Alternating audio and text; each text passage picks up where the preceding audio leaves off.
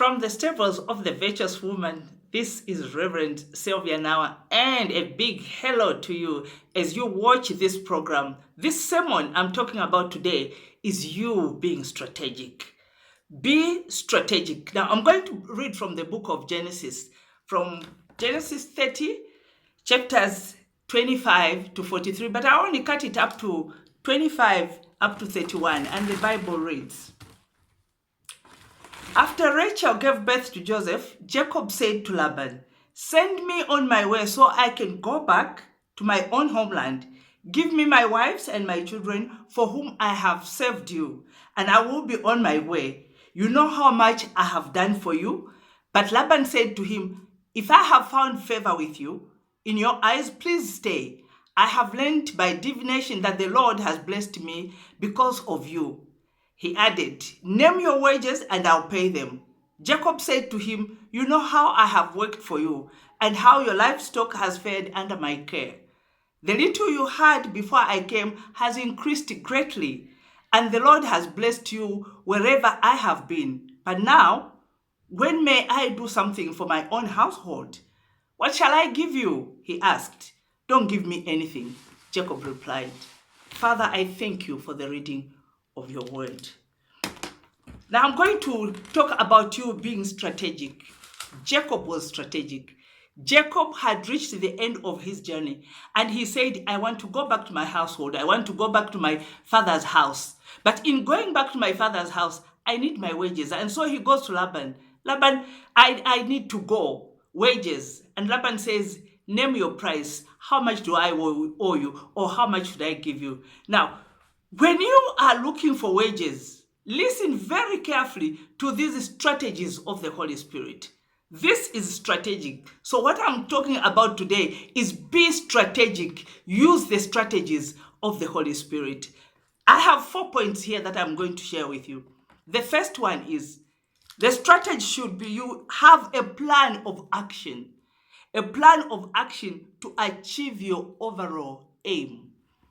A plan of action to achieve your overall aim. And when you look at verse 32, he says, "Let me go through all your flocks today.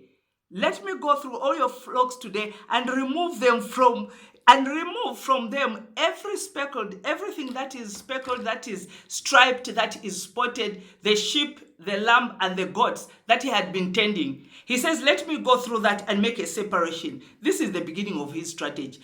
What is the strategy here? He is having an action plan to achieve his overall aim. Remember, his overall aim is to get his wages. But when he looks at Laban and the history that he has had with Laban, he knows very well, if I come straight here, I'm not going to get what I need. I'm not going to get exactly what I have worked for, what I have earned.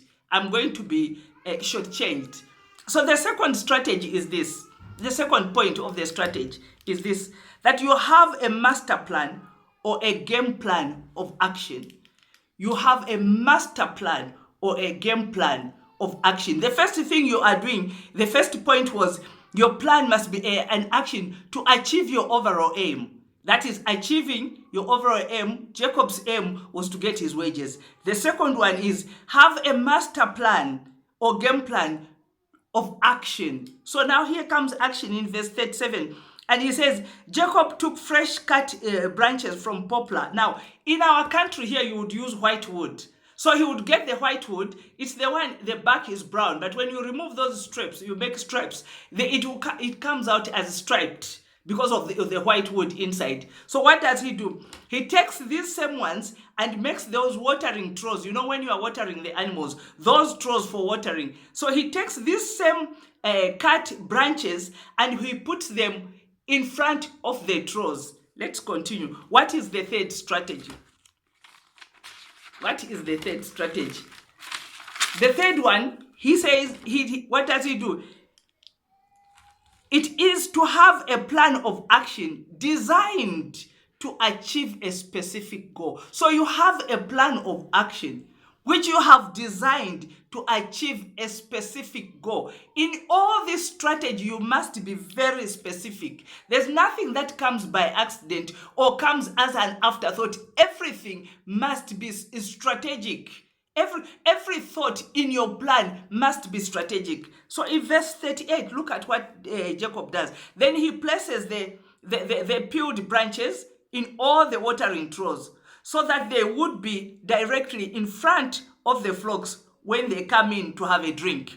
And in verse 39, he goes, because they met in front of the branches, and they bear their young. So here, the strategy here is he puts the striped wood in front of the drinking troughs, so that when the animals, the female animals, they are on heat, they are coming to have a drink, to be watered, they are looking at the striped branches, the trunk that is striped, so that when they are mating, they are looking directly at those branches. And somehow, when they give birth to their young are either spotted, their young are either speckled, or their young are striped. Remember, the deal with Laban is the animals that have one color are yours, Laban. The animals that have that are striped and are spotted, they are the ones that go to Jacob. That was the agreement in the first place. And then now the Holy Spirit gives him this strategy. Now, when you look at it from just looking at it and thinking about it, to say, so how does this happen?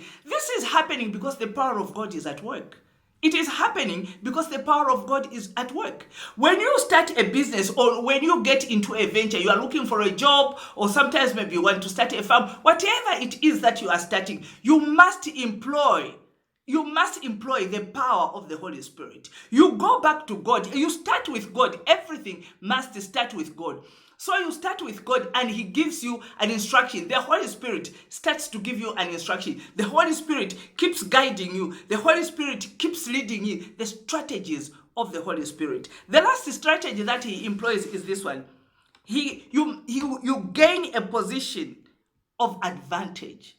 You gain a position of advantage over your adversaries or over your competitors. This is, you must have leverage. And when you look at the word of God in verse 41, he places the stronger females when they are on heat in front of the branches. He places the stronger females when they are on heat in front of the branches, so that by the time they are giving birth to the young will be speckled, they will be spotted, they will be striped. They are his. He is giving himself. In the end, he is getting stronger animals, while the ones that are going to Laban, so the weaker females, when they are on heat, he puts them to the troughs where he has designated for the animals of Laban. What is he doing? He's being strategic in getting his wages, and he is employing the strategies of the Holy Spirit. Now, the next thing that happens is, as he continues, so you ask yourself, Reverend, how? Because in everything, there's got to be a how. You have seen how strategically with every verse Jacob is moving. He is employing the power of the Holy Spirit and the strategies of the Holy Spirit. And what you need to do, like I said earlier on, before you start anything, you go to God. And that is why it is important in the first place for you to be born again, so that every promise of God, so that when you lock yourself in with the Holy Spirit, when you intertwine yourself in with the Holy Spirit, you hear his heartbeat. You hear every whisper, every instruction that he gives you, you clearly hear it and you get it. So how do you do it? That is what you do. Interlock in the Holy Spirit. Even in your business plans, when you are doing your business, first of all, you have a business concept, your financial features, your financial requirements. You look at your current business, its positioning, what it is that you want to achieve. In the end, it is the same thing. So if it's business and that is what you are doing, that's exactly what you do. But guess what? Do not leave the Holy Spirit behind. Interlock in him, lock in him. So before you start all this, you have sought the guidance of the Holy Spirit. He teaches you, he shows you what to do, he tells you where to go and who to deal with. And then in conclusion, as the strategies continue, Genesis 28, when Jacob was now coming to Padan Aram, somewhere he spent a night, and there he met with God in his dream. And God promised him something. He said, I will bless you. I will bless you. I will watch over you wherever you go. And he says, I'll not leave you until I have done what I have promised you. Now look, the promises of God are for you today. Much as they were for Jacob that time, they are for you today. So if he told Jacob that I promise that I will not leave you. I promise that I will look after you. I promise that I'll protect you. That is exactly what the Lord is saying to you today. That as you get into that new venture, as you get into that job, as you position yourself strategically, Holy Ghost strategies, the Lord is promising you that he shall not leave you, that he will be with you, and he promises most of all that he will not leave you until he has done what he has promised you.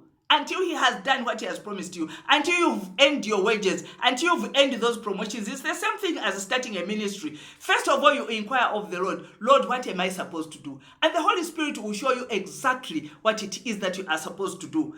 Because even in ministry, each one of us were called differently. Others it's to encourage, others to serve, others it's healing. It's different. Don't go into somebody else's area because it will backfire on you. But what you do is employ the strategies of the Holy Spirit. And guess, look at what happens. Jacob also makes a promise, and this is where you also come in. You make a promise. As much as the Lord is watching over you, looking after you, and promising to be with you until you have accomplished that for which you have started to gain. Jacob made a promise. He says, then the Lord will be my God. And in all this, I'm going to give him a tenth. So don't forget, when you have earned your wages, when you have made those profits, do not forget the Lord your God. For he is the one who gives you the power to make that wealth. Pay your tithe. Until next time, this has been Reverend Sylvia Nawa. Like me on Facebook and follow me on YouTube. Shalom, shalom.